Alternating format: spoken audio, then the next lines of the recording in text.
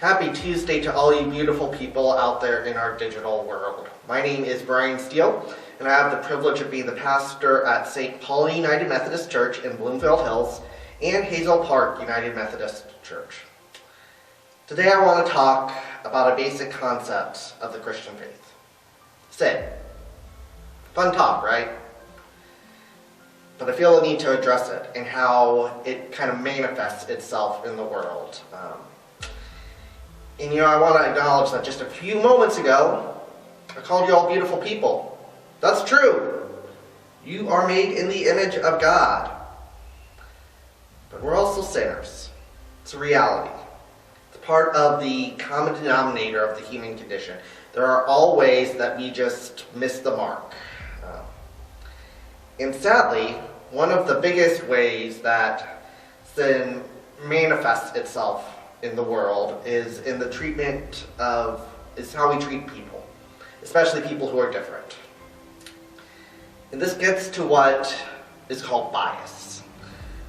Bias is like you're wearing sunglasses. Now, sunglasses obviously change how you view the world, changes your sight.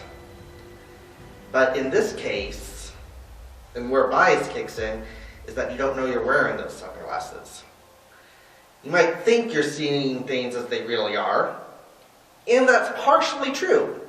It's not like the glasses are totally not letting you see some parts of reality, but it's also not the whole part of reality. And all of us have experiences that have formed how we view the world and how we view people, even subconsciously, especially subconsciously. We all have some type of glasses that impact how we view things. We can't escape this. It's part of our human nature. And because we have brokenness and sin within us, we fear different things, and especially different people.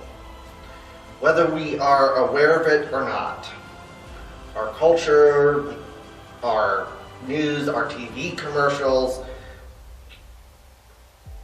multiple things in our daily existence implant seeds inside of us that tell us who we need to be afraid of. And that is causing tragedy in our world.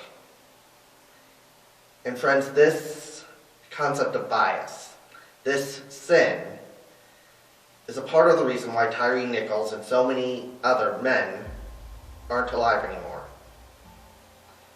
Because of the tone of his skin and what he may or may not have been wearing, he was deemed a threat. And yes, it is important to note that in this case, it was 5 black men who brutalized Tyre.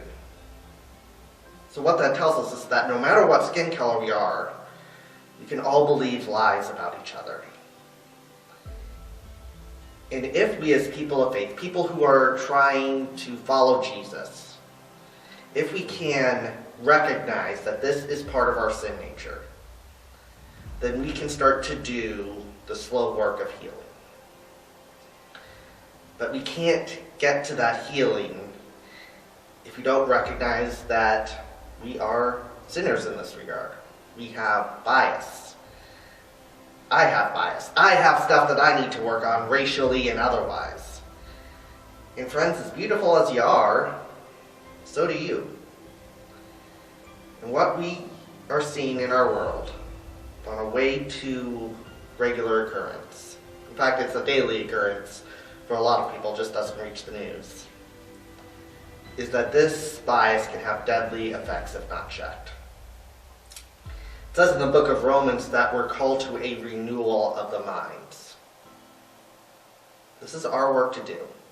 This is called, in Christian terms, sanctification. How we not just believe, but grow to be disciples of Jesus. This is our work to do. And God's grace has enabled us to do it if we're willing. And based on my understanding of the Christian faith, we have to be willing. Wherever we're at in life, no matter our age, you're called to help start detangling some of this mess. so that we can experience a truer, a more beautiful world for humanity.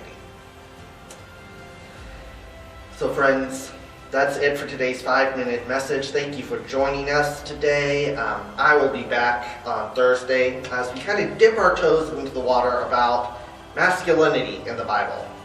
So go in peace today and know that you are loved. Amen. See you next time.